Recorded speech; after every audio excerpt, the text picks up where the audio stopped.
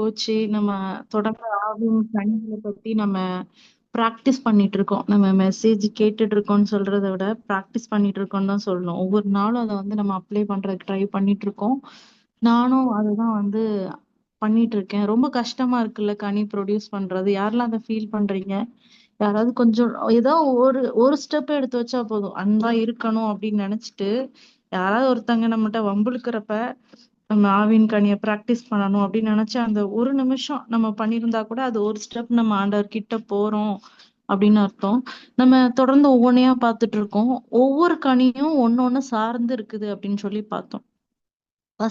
First வீக்ல வந்து அன்பு பத்தி பார்த்தோம். அன்பு நம்ம எப்படி பண்ணணும், அன்புனா என்ன, அதோட டெஃபினிஷன் பார்த்தோம். அன்பு நீடிய சாந்தமும் தயவும் உள்ளது, அன்புக்கு பொறாமை இல்லை, தன்னை புகழாது. அப்படி அந்த ஒன்னொன்னையா நோட்ஸ் மாதிரி நம்ம எழுதி வச்சு அது ஒன்னொன்னையா நம்ம செக் பண்ணணும், செக்லிஸ்ட் மாதிரி வச்சுக்கணும் அப்படின்னு சொல்லி பார்த்தோம். அடுத்தது சந்தோஷத்தை பத்தி பார்த்தோம்.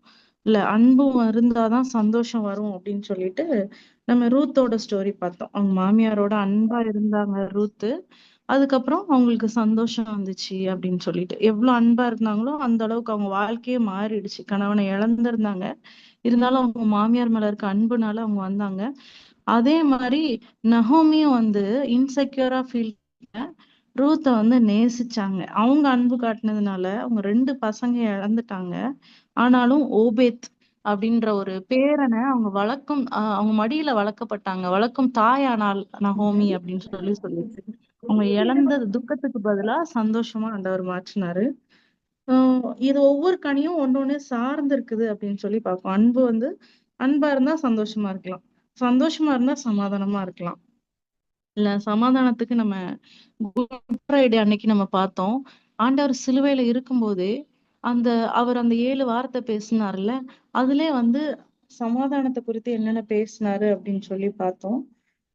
தனிப்பட்ட விதத்துல உள்ள சமாதானத்தை பத்தி பேசியிருக்காரு. அதாவது வந்து திருடன் கிட்ட வந்து சொல்றாரு,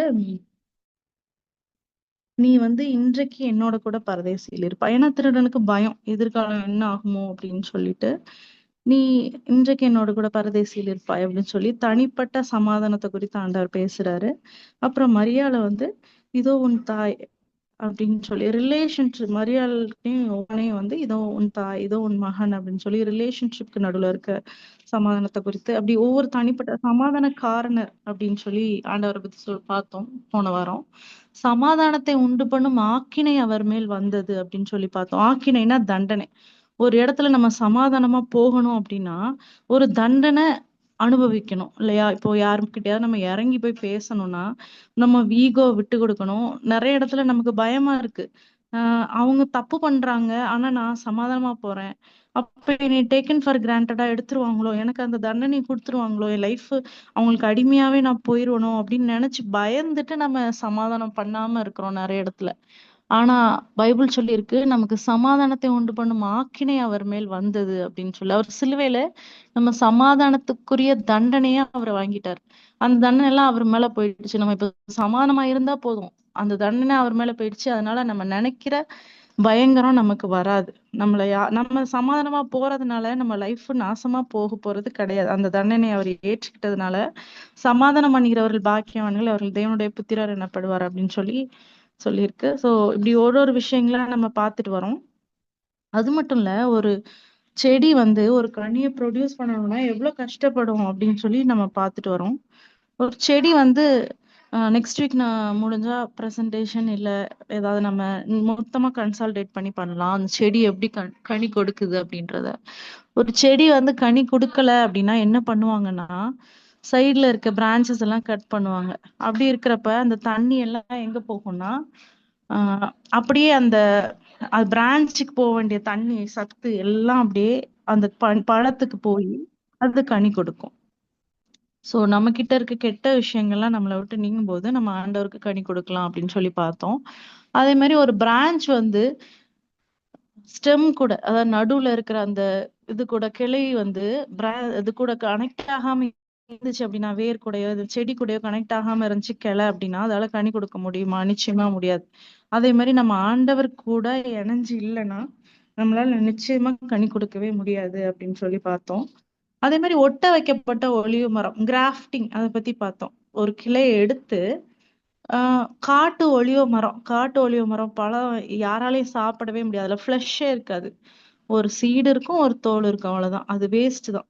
அப்படிதான் நம்ம இருந்தோம். நம்ம லைஃப்ல கனி கொடுத்தாலுமே அது சுத்த வேஸ்டா தான் இருந்துச்சு. ஆனா ஆண்டவருங்கிற கிளை, இயேசுன்ற கிளையில நம்ம ஒட்ட வைக்கப்பட்டப்ப நம்ம வந்து நல்ல கனிகளை கொடுத்தோம். சோ தகுதி இல்லாம கெட்டப்பட்டு போக வேண்டிய கிளைய எடுத்து ஆண்டவர் கூட ஒட்ட வச்சதுனால கனி கொடுத்துரும் இல்ல. இது மாதிரிதான் நம்ம லைஃபும் இருக்குது. இன்னைக்கு வந்து அதே மாதிரி ஒரு விஷயத்த பார்க்க போறோம். தண்ணி இல்லாம கனி கொடுக்க முடியுமா அப்படின்ட்டு. நம்ம ஒவ்வொருத்தருக்கும் ஒவ்வொரு பழம் பிடிக்கும். இப்போ பாத்தீங்கன்னா டிராகன் ஃப்ரூட் அப்படின்னு சொல்லி இப்பதான் வருது. இது நான் முன்னாடி எல்லாம் பார்த்தது இல்ல. இந்த மாதிரி நிறைய பழம் வருது. இந்த டிராகன் ஃப்ரூட்ன்றது கள்ளி செடியோட ஒரு வகையில வர பழம். கேக்டஸ் அதோட பழம். சோ இந்த மாதிரி கள்ளி செடியில வர பழம் எந்த பழமா இருந்தாலுமே, எந்த விதமான பழமா இருந்தாலும், சாரி கேக்குதா? கேக்குதுக்கா. ஓகே. எந்த விதமான பழமா இருந்தாலுமே அதுக்கு தண்ணி ரொம்ப ரொம்ப அவசியம். தண்ணி இல்லாம எந்த செடியாலையும் கனி கொடுக்க முடியாது. ஒரு நம்ம நினைக்கலாம் கள்ளி செடி வந்து பாலைவனத்துல தானே இருக்கு, அதுக்கு எதுக்கு தண்ணி அப்படின்னு நினைக்கலாம். அந்த பாலைவனத்துல எப்பவாவது மழை பெய்யும்ல, அத வந்து அது ஸ்டெம்ல சேர்த்து வச்சுக்குமா. சேர்த்து வச்சுட்டு அதுல இருந்து எடுத்துதான் கனி கொடுக்கும். இது எதுக்காக ஆண்டவர் நமக்கு ஒரு நிழலாட்டமா வச்சிருக்காரு அப்படின்னா, நம்ம வேத வசனம் நமக்குள்ள இல்லைன்னா நம்மளால கனி கொடுக்க முடியாது. ஃபர்ஸ்ட் என்ன பார்த்தோம்? ஆண்டவர் நம்ம கூட இல்லைன்னா கனி கொடுக்க முடியாதுன்னு பார்த்தோம். அடுத்தது வந்து வேத வசனம் இல்லைன்னா கனி கொடுக்க முடியாது. இன்னைக்கு நம்ம நீடிய பொறுமை குறித்து பார்க்கிறோம். நம்ம ஜென்ரலா பொறுமையா இருக்கணும் அப்படின்னு நினைப்போம்ல. யாரெல்லாம் அப்படி நினைச்சிருக்கீங்க? ரொம்ப கஷ்டப்பட்டிருக்கோம் பொறுமையா இருக்கணும் ஏசப்பா இந்த இடத்துல அப்படின்னு சொல்லிட்டு. ஆனா என்னன்னா, பொறுமையா ஒரு காரியத்துல இருப்போம், 2 காரியத்துல இருப்போம். 3வது வந்ததுக்கு அப்புறம் என்ன ஆயிடும்னா, அந்த அவ்வளவு நேரம் பொறுமையா இருந்தோம்ல, அது எல்லாம் வெளியில வந்து பயங்கர மோசமா நம்மள ஆக்கிடும்ல. ஆண்டவர் இல்லாம, ஆண்டவர் வார்த்தை இல்லாம நம்ம பொறுமையா இருக்கணும் அப்படின்னு நம்ம ட்ரை பண்ணோம்னா இந்த மாதிரிதான் ஆயிரும். என்னோட நான் சொல்லியிருக்கேன்ல, என் வாழ்க்கையில ஆண்டவர் வந்து என்னென்ன செய்யறாரோ அத வச்சுதான் ஆண்டவர் என்ன மெசேஜ் கொடுக்க வைப்பாரு. அது ஆண்டவர் எனக்கு கொடுத்த அபிஷேகம் வரணும்னு சொல்லலாம். அது ஒரு சாபமாவும் நம்ம நினைச்சுக்கலாம். ஏன்னா அதோட கோத்ரூ பண்ற பாத்து வந்து ரொம்ப கஷ்டமான ஒரு பாத்து. சோ ஆண்டவர் வந்து எனக்கு ஒரு சில அனுபவங்களை கொடுத்தார். நீடிய பொறுமையா இருக்கணும் அப்படின்னு சொல்லிட்டு. நான் முதல்ல வந்து ஆண்டவர் வசனத்தை கேட்டுட்டு நீடிய பொறுமையா தான் இருப்பேன். சில விஷயம் வந்து எனக்கு ரொம்ப ஹர்ட் பண்ணும். அப்ப நான் வந்து உடனே போய் முழங்கால் போடுவேன். ஆண்டவரே, இது எப்படி நான் ஃபேஸ் பண்றது ஏசப்பா அப்படின்னு சொல்லி நான் கேக்குறப்ப, ஆண்டவர் வந்து ஏதாவது ஒரு வசனத்தை கொடுப்பாரு. நம்மலாம் சொல்லுவோம்ல, பெருமையா சொல்லிக்குவோம். நான் ரொம்ப ஸ்ட்ரெயிட் ஃபார்வர்டு, என் மனசுல இருக்கிறது வாயில வெளியே வந்துரும் அப்படின்னு சொல்லிட்டு. வாயால தான் நிறைய டைம்ல நம்ம பொறுமை இழந்து போயிடுறோம். சின்னதா வரக்கூடிய பிரச்சனை பெருசாயிருது. ஆப்போசிட்ல இருக்கிறவங்க மனசுல நம்மளை பத்தி தப்பான எண்ணம் இல்லாட்டியும் ஏதோ ஒரு இதுல பேசிடுவாங்க. நம்ம ஆப்போசிட்ல பேசிரும். நம்ம பேசின வார்த்தையினால சண்டையாகி பொறுமை இல்லாம போயிடும். வாயை காக்கிறது தான் வந்து ரொம்ப முக்கியமான ஒரு விஷயம். பைபிள் சொல்லியிருக்கு, பட்டணத்தை காக்கிறவனை பிடிக்கிறதை பார்க்கணும் நாவை அடக்குறது உத்தமம் அப்படின்னு சொல்லிட்டு. ஒரு பெரிய ஹீரோ எடுத்துக்கோங்க, அலெக்சாண்டர். அந்த மாதிரி யாராவது ஒருத்தர் எடுத்துக்கோங்க. அதை விட நீங்க நாவை அடக்கிட்டீங்கன்னா நீங்க தான் பெஸ்டா. நம்ம தான் ஹீரோ, நம்ம நாக்கை மட்டும் அடக்கிட்டோம்னா இல்ல. அந்த மாதிரியான ஒரு சுச்சுவேஷன்ல நான் போயிட்டு இருந்தேன். எனக்கு தெரியும் எல்லாமே அன்ஃபேர் அன்ஃபேர், ரெட் ஃபிளாக்னு சொல்லுவாங்கல்ல. இந்த இடம் தப்பு, இத இத வந்து நம்ம உடனே ரியாக்ட் பண்ணிடணும். அந்த மாதிரி சூழ்நிலை வரும்போது நான் ரியாக்ட் பண்ணாம நான் வந்து ப்ரேயர் பண்ணுவேன். ஏசப்பா இதை ஹேண்டில் பண்றதுக்கு எனக்கு எப்படி ஹெல்ப் பண்ணுங்க அப்படின்னு சொல்லிட்டு. அப்போ ஆண்டவர் வந்து சொல்லுவாரு, கர்த்தர் உங்களுக்காக யுத்தம் பண்ணுவார், நீங்கள் சும்மா இருங்கள் அப்படின்னு சொல்லிட்டு. அப்போ அந்த வார்த்தையை நான் பிடிச்சிட்டு அதுல இருந்து நான் வெளியே வரும். அந்த மாதிரி என் லைஃப்ல கொஞ்ச நாள் போயிட்டு இருந்துச்சு. அது நல்லா தான் போயிட்டு இருந்துச்சு. ஆண்டவருக்குள்ள நான் நெருங்கி வந்தேன். ஆண்டவர் வந்து அப்படி நீடிய பொறுமையா நான் இருக்கும்போது எனக்காக சில ஊழியங்களை தந்தாரு. நிறைய விஷயங்கள் எனக்கு பிரச்சனை வரப்பெல்லாம் நான் ரொம்ப சந்தோஷமாயிருவேன். அப்பாடா, இந்த பிரச்சனையில நம்ம பொறுமையை கத்துக்க போறோம். அதுக்கப்புறம் ஆண்டவர் எனக்கு ஒரு மினிஸ்ட்ரி கொடுக்க போறாரு, இதை வச்சு ஒரு லெசன் எடுக்க போறாரு, இப்படி சொல்லி சந்தோஷமா போயிட்டே இருந்துச்சு.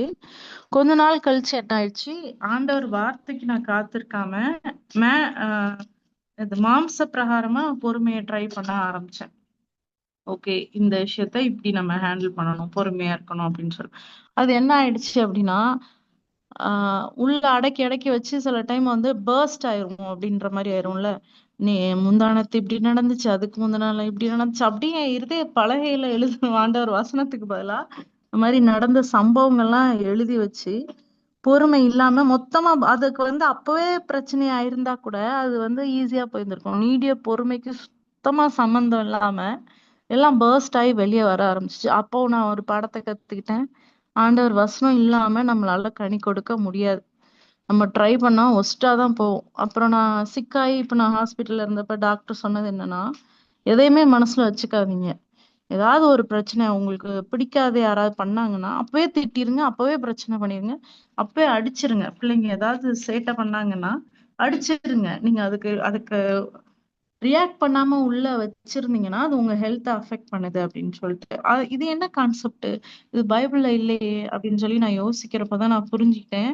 நானே கனி கொடுக்க நான் பிரயாசப்படுறேன் அப்படின்றத நான் புரிஞ்சுக்கிட்டேன். அப்பதான் வந்து இல்ல, அப்படி கிடையாது. ஆண்டவர் வந்து கத்தி விடணும், யாராவது வந்து பேசினா கத்தி விடணும், அப்பதான் அவங்க நம்ம கிட்ட வச்சுக்க மாட்டாங்க. இப்படி பைபிள்ல ஏதாவது இருக்குதாங்க? யாராவது உங்ககிட்ட சண்டை போட்டா உடனே கத்தி விட்டுறணும், அப்பதான் வந்து அவங்க நம்ம மேல டேக்கன் ஃபார் கிராண்டடா எடுத்துக்க மாட்டாங்க அப்படின்னு பைபிள்ல ஏதாவது இருக்கா? நிச்சயமா இல்லைல்ல. அதுக்கு பதிலா எப்படி இருக்குன்னா, யாக்கோபு 5:7 சொல்லியிருக்கு, இப்படி இருக்க சகோதரரே, கர்த்தர் வருமளவும் நீடிய பொறுமையா இருங்கள். அப்படிதான் பைபிள் சொல்லியிருக்கு. சோதனை யாக்கோபு 1:12 சொல்லியிருக்கு, சோதனை சகிக்கிற மனுஷன் பாக்கியவான். அதாவது பொறுமையோட சோதனையை சகிக்கிற மனுஷன் பாக்கியவான். யாக்கோபுல நிறைய சொல்லியிருப்பார்ல. யாக்கோபு 1:4 பொறுமையானது பூரண கிரியை செய்ய கடவுது. பூரண கிரியை நம்மள எது கம்ப்ளீட் பண்ணுவோம், நம்மளோட கிரியை. நம்ம நீங்க எவ்வளோ அன்னதானம் பண்ணாலும் என்ன பண்ணாலும் எவ்வளவு நல்லவங்களா இருந்தாலும் ஆண்டவருக்காக ஒரு ஒரு விஷயம் பார்த்து செஞ்சாலும் அன்புள்ளவங்களா இருந்தாலும் பூரண கிரியை உங்களை கம்ப்ளீட் பண்றது எதுன்னா பொறுமை. சோ இததான் பைபிள் சொல்லியிருக்கு. ஆனா நம்மளுக்கு இப்போ உலகத்துல சொல்லி தரது ரொம்ப முரண்பாடா இருக்குல்ல சில விஷயங்கள். இதை நம்ம எப்படி ஹேண்டில் பண்றது, எப்படி பொறுமையா என்னால சுத்தமா முடியாது, நான் இப்படிதான் அப்படின்னு நம்ம நினைச்சிட்டு இருக்கோம். ஆனா நான் ஒரு சில டிப்ஸ் கொடுக்கேன். நான் ஒரு கடையும் கொடுக்குறப்போ ஒரு டிப்ஸ் கொடுப்பேன். அது வந்து ப்ராக்டிக்கலா நான் பண்ணி செஞ்ச விஷயங்கள். உங்களுக்கு ரொம்ப கோவம் வருதுன்னு வைங்களேன், சில விஷயம் சை இவங்கெல்லாம் ஒரு மனுஷங்களா அப்படின்னு சொல்லி நாக்க புடுங்குற மாதிரி கேட்கணும் அப்படின்னு தோணுச்சுன்னா உள்ள போயிடுங்க, பேசாதீங்க அந்த இடத்துல. இதுதான் ஃபர்ஸ்ட் ஸ்டெப், ஆண்டவருக்குள்ள வர்றதுக்கு ஃபர்ஸ்ட் ஸ்டெப். ஒரு புக்கு, நோட்டு, டைரி ஏதாவது எழுதிக்கோங்க. அதுல எழுதுங்க, என்னென்ன உங்களுக்கு தோணுதோ அதெல்லாம் எழுதுங்க. ஏன்னா நம்ம வாய் சும்மா இருக்காது பாத்தீங்களா. அதனால அதுல எழுதுங்க. இல்ல உங்களுக்கு எழுதுறது எல்லாம் கஷ்டம் எனக்கு அப்படின்னா மொபைல்ல ரெக்கார்ட் பண்ணிக்கோங்க. என்னென்ன தோணுதோ உங்களுக்கு அதெல்லாம் சொல்லி ரெக்கார்ட் பண்ணி பேசி முடிச்சுட்டு கொஞ்சம் ரிலாக்ஸா இருக்கும். அப்ப ப்ரேயர் பண்ணுங்க. ஏசப்பா, இதுதான் நான், இந்த மாதிரி கேவலமா திட்டுறதுதான் நான். ஆனா நான் அது எல்லாத்தையும் உங்ககிட்ட நான் சரண்டர் பண்றேன். நான் இதை பொறுமையா எனக்கு ஹேண்டில் பண்றதுக்கு எனக்கு சொல்லி கொடுங்க. அடுத்து நான் என்ன ஸ்டெப் வைக்கணும்னு எனக்கு சொல்லி கொடுங்க. என்னால முடியல, இதுக்கு மேல என்னால முடியல அப்படின்னு சொல்லி சரண்டர் பண்ணி ப்ரேயர் பண்ணுங்க. ஆண்டவர் வந்து அற்புதமா வழி நடத்துவாங்க. யாருனால நமக்கு பிரச்சனையோ அதெல்லாம் சால்வ் ஆயிரும். இது வந்து ஆப்ஷன் 1. ஆப்ஷன் 2 என்ன அப்படின்னு பார்த்தோம்னா, நேரா அவங்ககிட்ட போய் திட்டி சண்டை போடுறது. இதனால நமக்கு பிரச்சனை எல்லாம் தீந்துரும், நம்ம ஹாப்பி ஆயிரும் நம்ம நினைக்கிறோம். ஆனா இல்ல, ப்ராப்ளம் ஒஸ்ட் ஆகும். நம்ம நினைக்கிறோம் மத்தவங்கள திட்டி விட்டா அவங்க அஃபெக்ட் ஆகி போயிருவாங்க அப்படின்னு சொல்லி நம்ம நினைக்கிறோம். ஏதோ நம்ம அதை சேஃப் ஆக்கிறோம். நம்ம மத்தவங்கள திட்டினா பொறுமையா இல்லாம இருந்தோம்னா நல்லது நமக்கு அப்படின்னு நம்ம நினைக்கிறோம். ஆனா அவங்க மட்டும் அதுல அஃபெக்ட் ஆக மாட்டாங்க, நம்மளும் அஃபெக்ட் ஆவோங்க.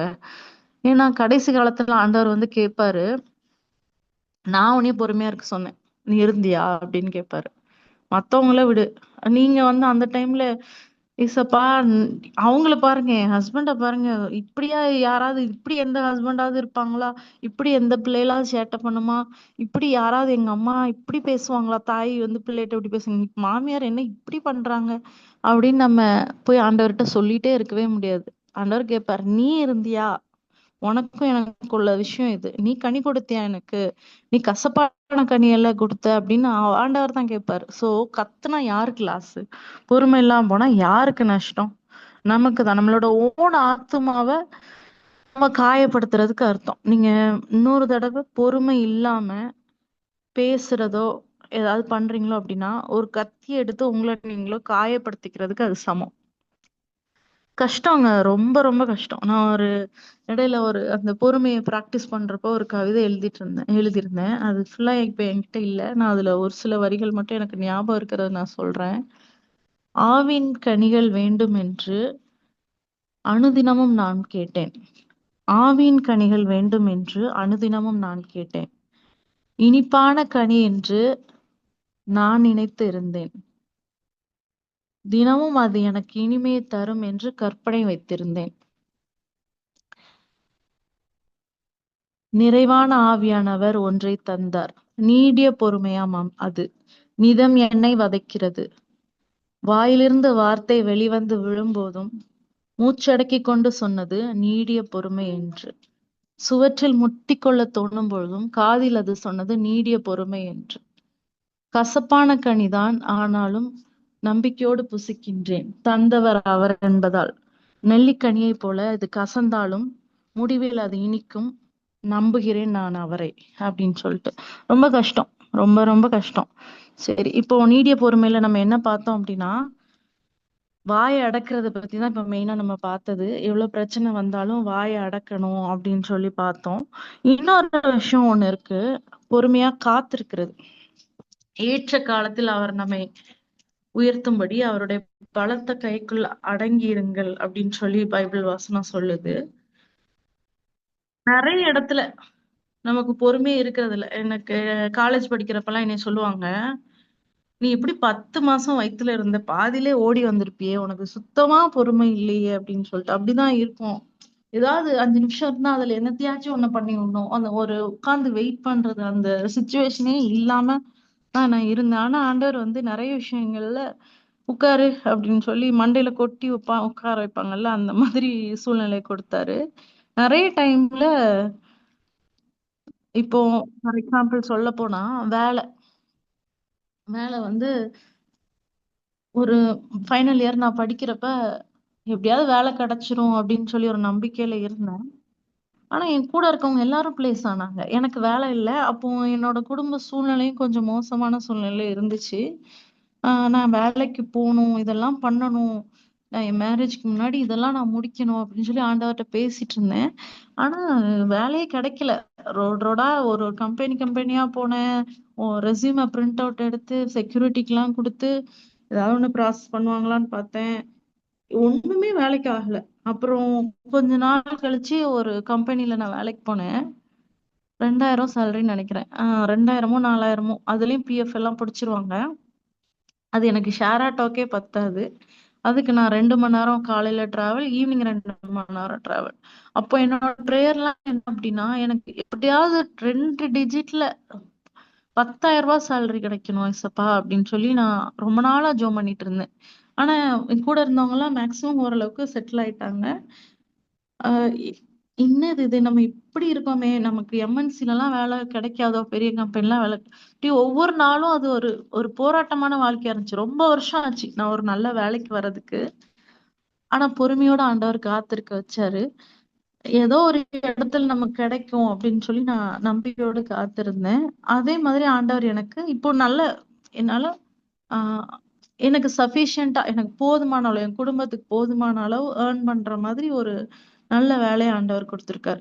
இது மாதிரி ஒரு ஒரு விஷயமும் இதெல்லாம் நம்மளால முடியாது. அப்ப நான் நிறைய நாள் யோசிப்பேன், இந்த 2000 ரூபாய் வேலைக்கு இது 2 மணி நேரம் நான் போய் ஆட்டோல போயிட்டு அங்க போய் உட்கார்ந்துட்டு அவங்க கிட்ட கண்ட கண்ட பேச்சு வாங்கிட்டு ஒண்ணுமே தெரியாம பபன்னு முழிச்சிட்டு, இதுல பிசிஓஎஸ் தைராய்டு வேற உட்கார்ந்து உட்கார்ந்து வேலை செஞ்சு ஸ்ட்ரெஸ் ஆகி அதுக்கு மெடிசின் வாங்க கூட காசு இல்லாம இப்படி ஒரு பொழப்பு நமக்கு தேவையா? நம்ம ஊருக்கு போய் ஏன் போக கூடாது? அப்படியா? யாராவது ஒருத்தர் கல்யாணம் பண்ணிட்டு ஹாப்பியா இருக்கலாம்ல. நம்ம கூட படிச்சவங்களுக்கு எல்லாம் மேரேஜ் ஆகுது. அது மாதிரி நம்ம ஆயிட்டு அது பாட்டுக்கு வீட்டுல இருக்கலாம்ல ஜாலியா அப்படின்னு சொல்லி எனக்கு தோணுச்சு. ஆனா ஆண்டவர் எனக்கு கொடுத்த வாக்குத்தத்தம் அது கிடையாது.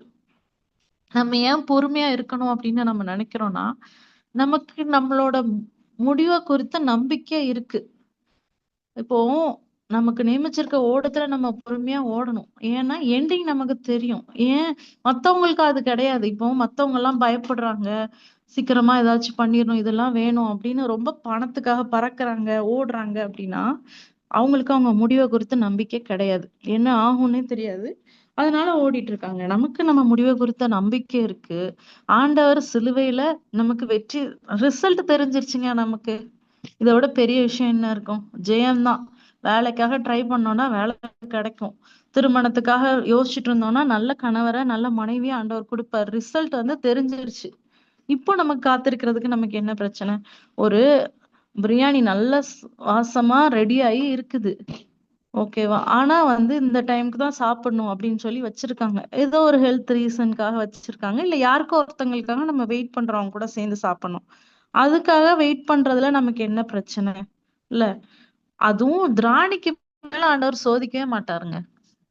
இப்ப உங்களுக்கு இவ்வளவு பிரச்சனை வருதுன்னா அது உங்களால சமாளிக்க முடியும். உங்களுக்கு அது பொறுமையை தான் கொடுக்குமே தவிர நீங்க பர்ஸ்ட் ஆகுற மாதிரி பிரச்சனை யாருக்குமே கிடையாது. ஆனா அப்ப ஏன் உங்களால பொறுமையா இருக்க முடியல? அப்ப ஏன் நம்மளால பொறுமையா இருக்க முடியல? நமக்கு ஏன் இதை சகிக்க முடியல அப்படின்னா, நம்ம மத்தவங்களை கம்பேர் பண்றோம். மத்தவங்க என்ன நினைப்பாங்களோ, மத்தவங்களுக்குலாம் இப்படி இப்படி இருக்கு, நம்மளோட லைஃப மத்தவங்க கூட கம்பேர் பண்றப்பதான் நம்ம பொறுமையை இழந்து போயிடும்.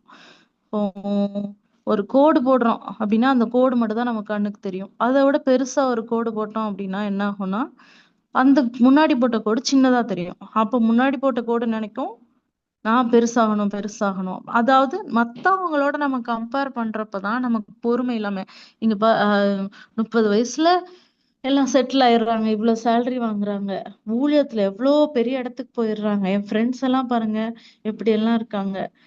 என் கூட இருக்கவங்க பசங்களுக்கு கல்யாணம் பண்ணி வச்சுட்டாங்க, செட்டில் ஆயிட்டாங்க. எனக்கே இது கிடைக்கல அப்படின்னு சொல்லி நிறைய டைம்ல நம்ம பொறுமை இழந்து போயிடுறோம். அது எல்லாத்தையும் மத்தவங்களை எல்லாம் அந்த இன்னொரு கோட்டை எல்லாம் அழிச்சிருங்க. இப்ப நீங்களும் ஆண்டவர் தான் இருக்கீங்க. உங்களுக்கு ஏதாவது குறை இருக்கா? யோசிச்சு பாருங்க. எவ்வளவு பிளெஸிங்ஸ் இருக்குல்ல. நான் சொல்ல வேண்டியதே இல்ல. நல்ல சாப்பாடு, நல்ல ட்ரெஸ், நல்ல அம்மா அப்பா, எவ்வளவு பிளெஸிங்ஸ் இல்ல. இல்லாததை வச்சு நம்ம ஏன் அதுக்காக பொறுமையா வெயிட் பண்ணாம அத நினைச்சிட்டு நம்ம இருக்கிற விஷயங்களை அனுபவிக்காம இருக்கோம்ல.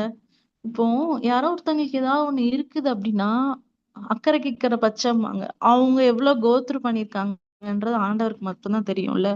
சோ பொறுமைன்ற கனி ரொம்ப ரொம்ப கஷ்டம். மெயினா நிறைய ஸ்திரீகள் இங்க இருக்கீங்க, ரொம்ப கஷ்டம். இப்போ நம்ம ஜெனரேஷன் வந்து மாட்டிக்கிட்டோம் அப்படின்னு சொல்லலாம். 90s கிட்ஸ் 90s கிட்ஸ்னு பெருசா நம்ம மீம்ஸ் போட்டுட்டு ஜாலியா இருக்கிற மாதிரி காட்டிக்கிட்டோம். ஆனா அந்த ஜெனரேஷனுக்கும் இந்த ஜெனரேஷனுக்கும் ரொம்ப மைண்ட் செட் ஜெனரேஷன் கேப் ஜாஸ்தி. அதெல்லாம் ஓவர் கம் பண்றது ரொம்ப கஷ்டம். இந்த உலகத்துல இருக்கிறது நம்ம கூட படிக்கிறவங்க எல்லாம் டோட்டலா வேற. நம்ம வீட்டுக்கு போனா சுச்சுவேஷனே வேற. இவங்களுக்கு அவங்க கல்ச்சர் புரியாதா? இந்த மாதிரி ஏகப்பட்ட விஷயங்களை நம்ம கோ த்ரூ பண்றோம்ல. சோ இந்த இடத்துல நம்ம ஒண்ணே ஒண்ணு மட்டும் ஞாபகம் வச்சுக்கணும். ஆவின் கனியை நான் எப்படியாவது கொடுக்கணும், பொறுமையா நான் இருக்கணும். அது மட்டும் போதும். அன்பு வந்து சந்தோஷத்துக்கு பேஸ்மெண்ட்ன்னு நம்ம பார்த்தோம். சந்தோஷம் வந்து சமாதானத்துக்கு பேஸ்மெண்ட். ஏன்னா சமாதானமா இருந்தாதான் சந்தோஷமா இருக்க முடியும் இல்ல. இன்னொன்னு இப்ப நான் ஒண்ணு சொல்றேன். நீடிய பொறுமை இருந்தாதான் சமாதானமா இருக்க முடியும். சமாதானமா இருந்தாதான் சந்தோஷமா இருக்க முடியும். இது அதே மாதிரி நீடிய பொறுமையா இருந்தா அன்பா இருக்க முடியும். இது எல்லாமே இன்டர்லிங்க்டு தான். நீங்க நீடிய பொறுமையை மட்டும் ட்ரை பண்ணி பாருங்க, மத்ததெல்லாம் வரும். நான் நீடிய பொறுமைன்னொன்னே யார நமக்கு ஞாபகம் வரும்னா, யோபு. அவரை மாதிரி ஒரு பொறுமைசாலி யாருமே, அவரை மாதிரி நம்ம இருக்க ட்ரை பண்ணலாம். அவரை மாதிரி எல்லாமே போயிடுச்சு, சுத்தம் அவுட்டு, வாஷ் அவுட்டு. ஆனா அவர் வந்து அவர் நாவினால குற்றப்படுத்தவே இல்லை ஆண்டவரை அப்படின்னு சொல்லி ஒய்ஃபுமே வந்து தூண்டி விடுறாங்க, தேவனை தூஷித்து ஜீவனை விட்டுருங்க போதும் அப்படின்னு சொல்லிட்டு. ஆனா அந்த யோபுக்கு இருந்த பொறுமையை பாருங்க. எவ்வளோ ஒரு நல்ல மனுஷன். இதை விட மோசமான சுச்சுவேஷன் யாருக்கா வர முடியுமாங்க? அவர் பெத்த பிள்ளைங்க கண்ணு முன்னாடி இறந்துட்டாங்க. ஆனா எல்லாமே யோபுக்கு அவர் பொறுமையா இருந்தப்போ எல்லாம் திரும்ப கிடைச்சது. அந்த பிள்ளைகளை குறித்து அதுக்கப்புறம் அவர் கவலைப்படல. ஏன்னா அவருக்கு தெரியும் அங்க பரலோகத்துல போய் அந்த பிள்ளைங்களை நம்ம பார்ப்போம். அந்த பொறுமையா இருந்ததோட கிஃப்ட் தான் அது. ஆண்டவர் எவ்வளவு சந்தோஷப்பட்டிருப்பார்ல. உங்க லைஃப் குறித்தும் ஆண்டவர் பிசாசு கிட்ட அப்படிதாங்க சொல்லியிருப்பாரு. ஜெனிதா பாரு இவ்வளவு பிரச்சனை இருக்கு, ஆனா இத பொறுமையா ஹேண்டில் பண்ணுவா பாரு அப்படின்னு சொல்லி சவால் விட்டு வச்சிருப்பாரு. நான் அவளுக்கு எதுக்கு இதெல்லாம் நான் கொடுக்குறேன்னா, எல்லாத்தையும் புடுங்கி வச்சிருக்கேன்னா, அவ இதுல இவ்வளவு புடுங்கினாலும் பொறுமையா என்கிட்ட சந்தோஷமா நம்பிக்கையா இருக்காளான்னு பாக்கலாம் பாரு நீ அப்படின்னு சொல்லி பிசாசிட்ட சவால் வச்சிருப்பாரு. ஜெனிதான்றதுல உங்க பேரை வச்சுக்கோங்க. நம்ம ஆண்டவர் மூஞ்சில கரிய பூச போறோமா, இல்ல பொறுமையா இருந்து யோபு மாதிரி ரெட்டிப்பான ஆசீர்வாதத்தை நம்ம பெற போறோமா அப்படிங்கறத நம்ம தான் டிசைட் பண்ணணும். நான் ஏற்கனவே சொன்ன மாதிரி இது மனம் திரும்புதலுக்கோ ஒரு நாளைக்கு நம்ம சுவிசேஷ வார்த்தையோ கிடையாது.